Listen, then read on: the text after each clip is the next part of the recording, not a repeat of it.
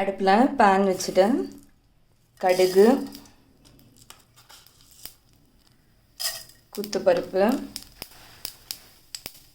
கருவேப்பிலை சேர்த்துக்கலாம். ஃப்ரை ஆனதுக்கப்புறம் கட் பண்ணி வச்சுருக்கிற வெங்காயம் ஃப்ரை பண்ணிக்கலாம். இப்போது கட் பண்ணி வச்சுருக்கிற தக்காளி சேர்த்து ஃப்ரை பண்ணிக்கலாம். ஒரு 5 மினிட்ஸ்க்கு அப்புறம் வெண்டைக்காய் சேர்த்து வதக்கி விட்டுக்கலாம். எல்லாமே சேர்த்து நல்லா ஃப்ரை பண்ணணும். ஸோ சேர்த்துட்டோம். இப்போ வதக்கி விட்டுக்கலாம். வெண்டைக்காவையும் சேர்த்து நம்ம மிக்ஸ் பண்ணி விட்ருக்கோம். இப்போ உப்பு ஆட் பண்ணிக்கிறேன். இந்த டிஷ்ஷுக்கு தேவையான அளவு உப்பு எடுத்துருக்கேன். ஃப்ரை பண்ணி வேக வச்சுக்கலாம். இது வெந்ததுக்கப்புறமா நெக்ஸ்ட் ஸ்டெப்பு புளிப்புத்தன்மைக்காண்டி கொஞ்சமாக புளி கரைச்சி வச்சுருக்கேன். நான் புளிப்பில்லாத தக்காளி போட்டதுனால எனக்கு தேவையான அளவு புளி வச்சுருக்கேன். இப்போ மிக்ஸி ஜாரில் கொஞ்சமாக தேங்காய், சீரகம், மஞ்சப்பொடி, காரத்துக்கு தேவையான அளவு எனக்கு வத்தப்பொடி எடுத்திருக்கேன்.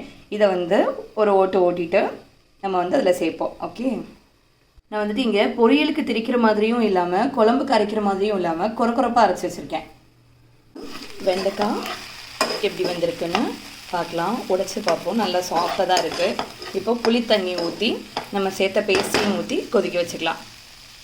நான் எனக்கு தேவையான மாதிரி புளித்தண்ணி ஊற்றுறேன். இவ்வளோ புளித்தண்ணி ஊற்றணும்னு இல்லை, தக்காளியில் எனக்கு புளிப்பில்லை, நல்லா புளித்தண்ணி ஊற்றுறேன்.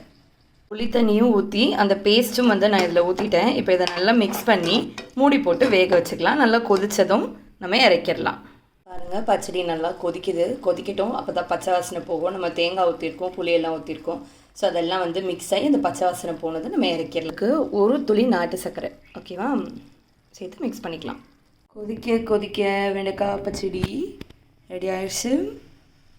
இவ்வளோ நேரம் மாங்குன்னு பச்சடி வச்சது இந்த பழைய சாதமும் பச்சடியும் தொட்டு சாப்பிட்றதுக்காக தான். நைஸ் காம்போவில். நெக்ஸ்ட் வீடியோவில் மீட் பண்ணலாம். பாய்.